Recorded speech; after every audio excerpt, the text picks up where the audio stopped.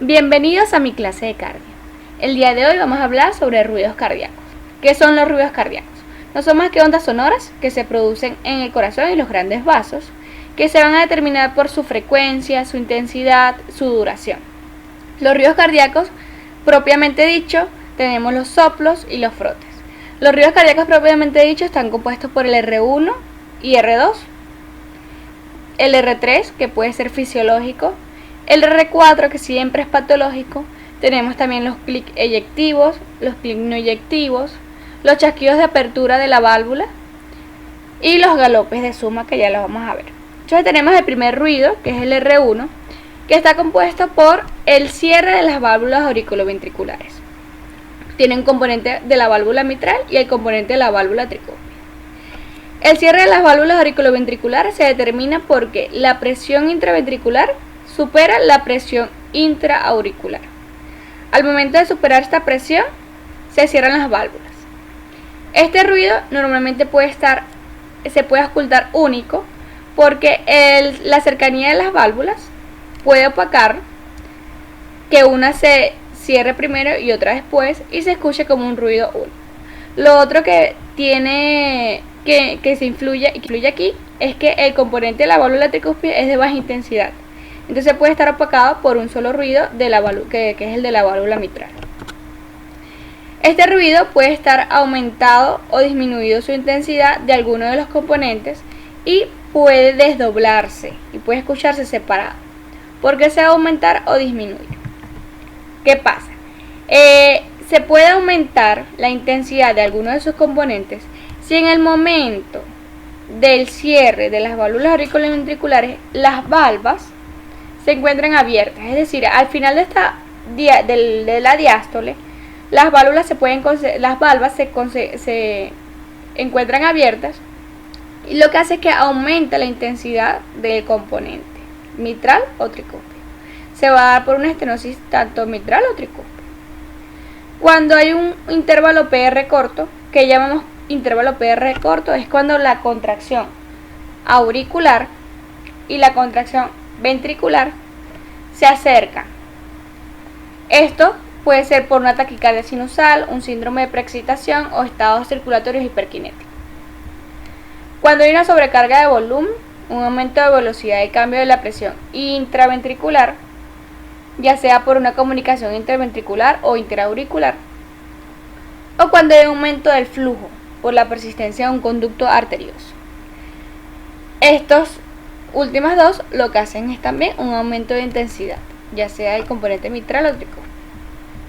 La disminución de la intensidad por los eventos fisiopatológicos contrarios, disminución de la velocidad y cambio de presión intraventricular o disminución del flujo, o las valvas con un cierre sin retraso. Se va a ver en la insuficiencia ventricular tanto derecha como izquierda, bloqueo de rama derecha o izquierda o insuficiencia aórtica o mitral. Los clics eyectivos, como les dije anteriormente, también son uno de los añadidos en los ruidos cardíacos. Los clics eyectivos siempre son mesosistólicos, son de alta frecuencia y se irradia a otras áreas. ¿Por qué se da clic eyectivo? Al momento de la apertura de las válvulas simoideas, estas se abren a gran velocidad y el flujo de sangre es mayor magnitud. Como son a gran velocidad, ellas van a tener una detención súbita luego de la apertura y del paso de sangre. Esta detención súbita se produce un clic eyectivo. Normalmente cuando estas válvulas se abren son silentes, pero cuando tenemos un daño patológico, estos pueden producir el clic eyectivo. En aumentos de presión, tanto aórtico como pulmonar, puede generarse el clic eyectivo. ¿Qué pasa a nivel aórtico? A nivel aórtico, tanto hipertensión, estenosis aórtica, en estados hiperkinéticos, producen el clic eyectivo. Cuando tenemos una sospecha de estenosis aórtica, el clic eyectivo nos va a ayudar a localizar esa estenosis aórtica. ¿Por qué? Porque cuando la estenosis está supravalvular o subvalvular, el clic eyectivo no está presente. Y cuando sí está presente es porque la estenosis es más severa, hay un gradiente mayor de 50 milímetros de mercurio, o cuando ya hay calcificación. Entonces aquí podríamos decir que el clic eyectivo nos dice que la estenosis es severa. Esto, sin embargo, cuando está ausente el clic, no niega completamente que haya una estenosis aórtica. Con respecto a la válvula pulmonar, tenemos que la estenosis pulmonar o la hipertensión pulmonar puede generar el clic eyectivo. Este se va a ver más que todo en la estenosis pulmonar moderada. En la estenosis pulmonar severa no está presente el clic eyectivo. Y en la estenosis pulmonar, ya sea ligera o levemente ligera, la muy ligera, no está presente el clic eyectivo. En la ligera puede estar presente el clic eyectivo y tiene un componente curioso que en inspiración está ausente y en expiración está presente. ¿Por qué va a pasar esto? Porque en inspiración aumenta el retorno venoso. Al aumentar el retorno venoso, aumenta lo que es el llenado activo ventricular.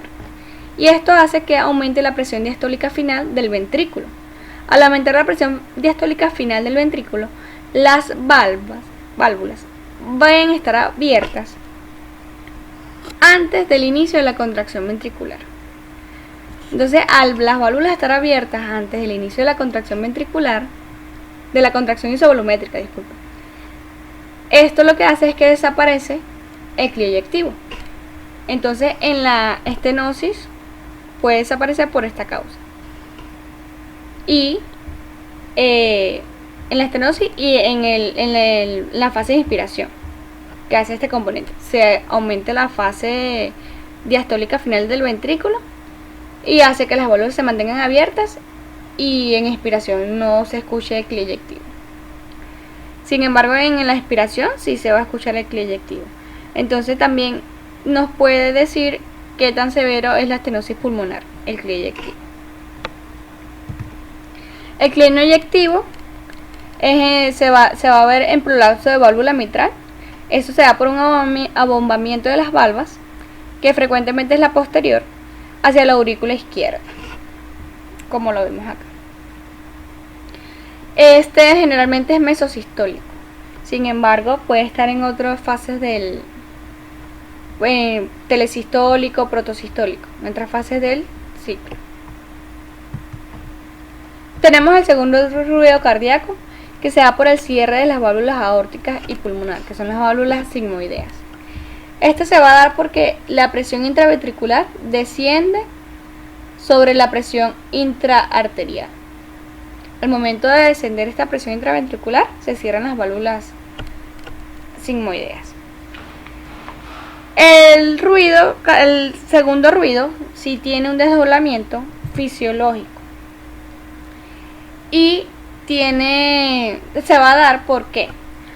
Porque en el segundo ruido va a depender mucho de lo que es la impedancia. La impedancia es la oposición del flujo, la salida de ese flujo. ¿Qué pasa en este punto? Que el componente pulmonar siempre se va a cerrar posterior al componente aórtico, porque el componente pulmonar no tiene tanta impedancia, o sea, el flujo no tiene tanta oposición a la salida. Eso se da porque la arteria pulmonar tiene 1, mayor calibre, 2, mayor capacitancia, mayor distensibilidad y hay menor resistencia a nivel del lecho vascular pulmonar. Entonces esto hace que el componente pulmonar se mantenga más tiempo abierto y se cierre posterior al componente aórtico. Entonces vamos a tener un ruido desdoblado fisiológicamente que se acentúa en inspiración. En inspiración, como hay un mayor retorno venoso en las cavidades derechas, este componente pulmonar aún más se retrasa. El segundo ruido puede aumentarse de intensidad en elevación de la presión intratorácica, presión arterial, estados hiperkinéticos, y disminuir la intensidad en disminución de estas presiones intratorácicas y arteriales en la falta de captación de las valvas, porque no son tan flexibles y no hace que vibre. Y en pacientes obesos y pacientes con un tórax en tonel o enfisematoso, porque aumenta el diámetro anteroposterior. Entonces, como les había dicho anteriormente, en inspiración, mayor retorno venoso, se retrasa más el componente pulmonar. Entonces, esto es normal que pase en el segundo ruido. Tenemos un desdoblamiento invertido paradójico porque hay un retraso del componente aórtico. Entonces, eso más que todo es en inspiración. Y eso se va a dar por un retraso de la actividad eléctrica, ese bloqueo de rama izquierda, retraso dinámico del ventrículo izquierdo porque aumenta el volumen latido en el ventrículo izquierdo, o un retraso mecánico porque hay dificultad de salida de eyección, que eso se da más que todo en estenosis aórtica. Tenemos también un componente desdoblado amplio, permanente y no fijo, es decir, que en este punto se conserva el comportamiento fisiológico. ¿Qué pasa aquí? Que vamos a tener un desdoblamiento tanto en expiración como en inspiración, pero en inspiración siempre va a haber mayor ese desdoblamiento porque fisiológicamente eso es lo que siempre pasa. ¿Por qué vamos a tener ese retraso amplio y permanente? Porque el componente pulmonar se retrasa aún más por ya sea una actividad eléctrica del ventrículo derecho retrasada por un bloqueo de rama derecha, un retraso dinámico del ventrículo derecho. ¿Por qué? Porque aumenta el volumen latido. Porque aumenta el volumen latido del ventrículo derecho, ya sea por una comunicación interauricular, un drenaje venoso anómalo parcial. Y esto hace que se retrase el componente pulmonar. O por una insuficiencia pulmonar también. Y el retraso mecánico por dificultad de salida de la eyección de la sangre por una estenosis pulmonar. También tenemos que la dilatación idiopática de la arteria pulmonar retrasa el componente pulmonar. Y aparte del retraso del componente pulmonar, tenemos el adelanto del componente aórtico por un síndrome de preexcitación, taquicardias que aceleran la actividad eléctrica, o un adelanto dinámico por un volumen latido anterogrado que es eyectado en menor tiempo por insuficiencia mitral. El desdoblamiento amplio, permanente y fijo. Cuando decimos fijo quiere decir que el componente fisiológico se pierde. Este es típico en pacientes con comunicación interauricular o drenaje venoso pulmonar anómalo. ¿Por qué se pierde el componente fisiológico? Porque no aumenta en inspiración. Porque en inspiración hay disminución de la impedancia en el lecho vascular pulmonar. Esa disminución no disminuye más cuando hay un retorno venoso de las cavidades derechas, es decir, en inspiración. Porque y se pierde ese componente.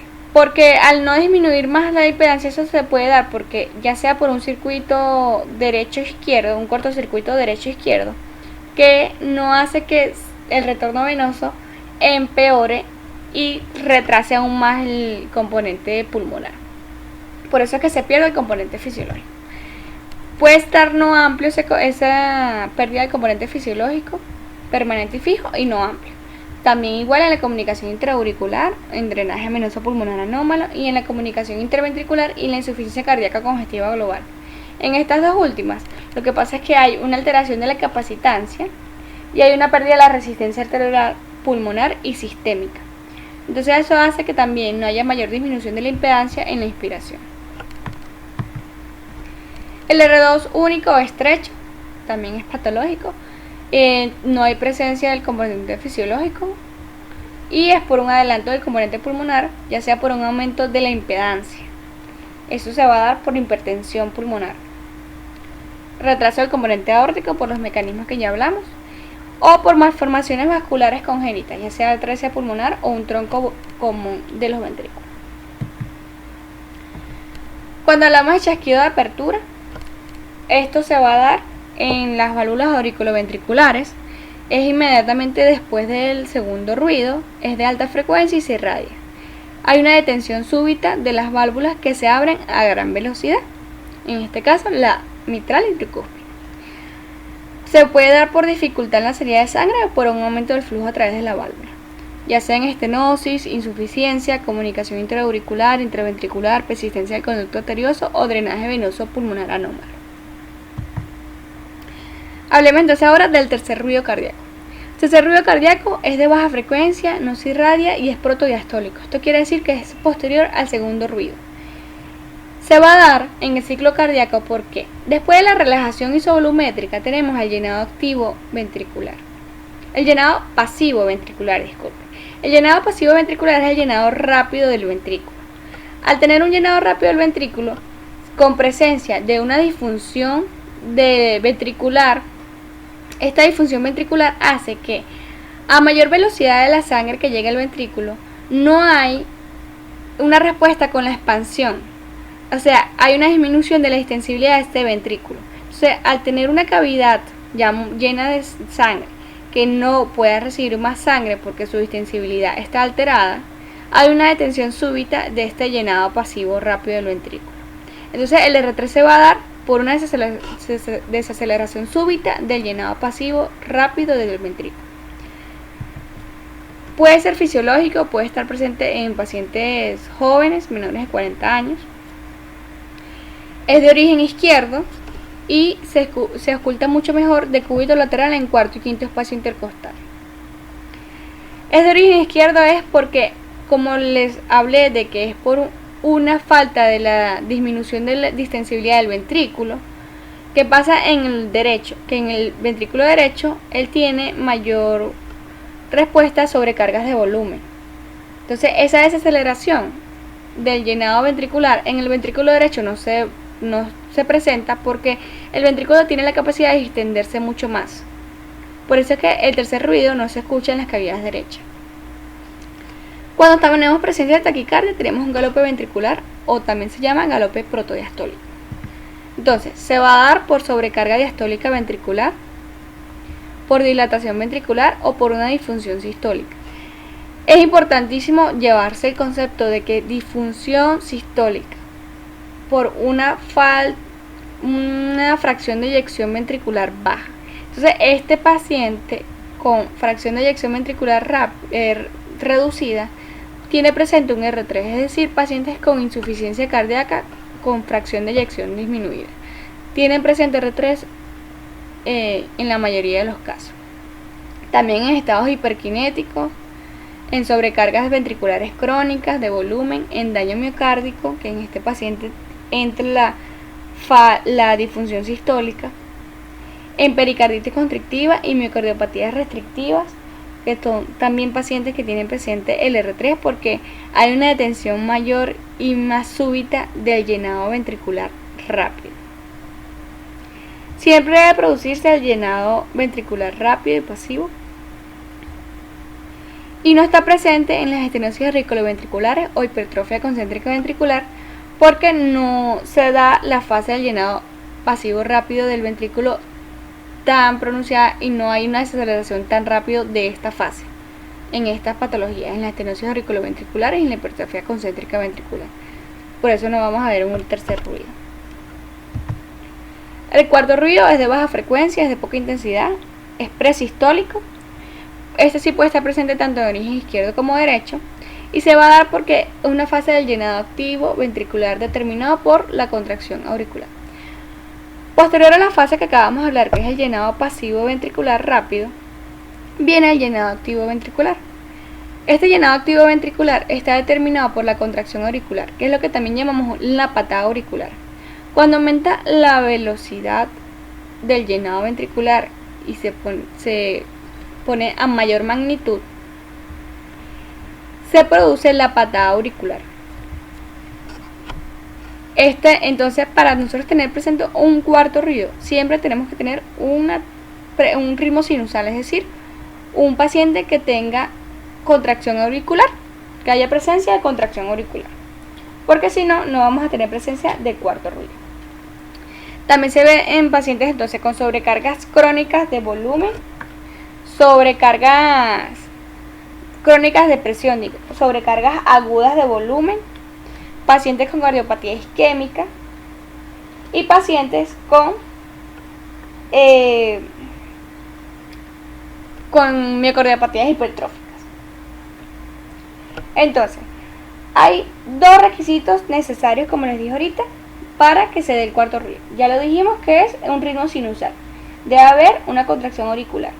al final de la diástole debe haber una contracción auricular y que no haya una obstrucción del orificio auriculoventricular, ya sea una estenosis mitral o una estenosis tricúspide.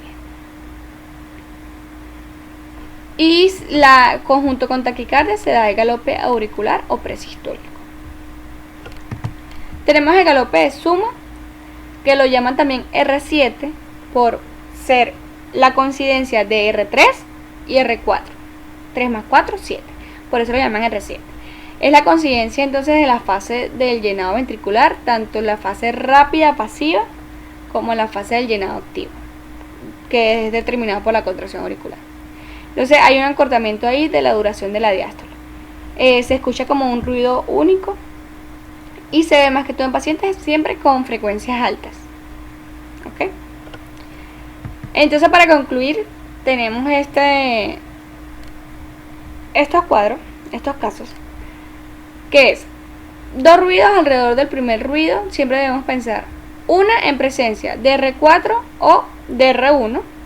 En presencia de R4 siempre es recordar que este es presistólico y va a ser menos audible, de baja intensidad. 2, tengamos un R1 desdoblado, ya sea por aumento de intensidad del componente mitral o del componente tricúspide, o disminución de intensidad. 3, que tengamos un clic eyectivo. Acuérdense que este es mesosistólico y se da por la detención súbita de las aperturas de las válvulas sinoideas. 2 ruidos alrededor del segundo ruido, ya sea por un desdoblamiento del segundo ruido, que puede ser fisiológico en expiración. Un segundo ruido junto a un R3, que este es protodiastólico y es de baja intensidad y es de origen izquierdo. Se va a ocultar en focos izquierdos. O cuando hay presencia de un chasquido de apertura de las válvulas auriculoventriculares, que es un chasquido de alta intensidad y puede estar presente tanto en foco mitral como en tricúspide. Bueno, esto ha sido toda la clase de ruidos cardíacos. Espero les haya gustado y se suscriban al canal. Esta es la referencia que se utilizó al el libro Brandipizfano de semiología cardiovascular.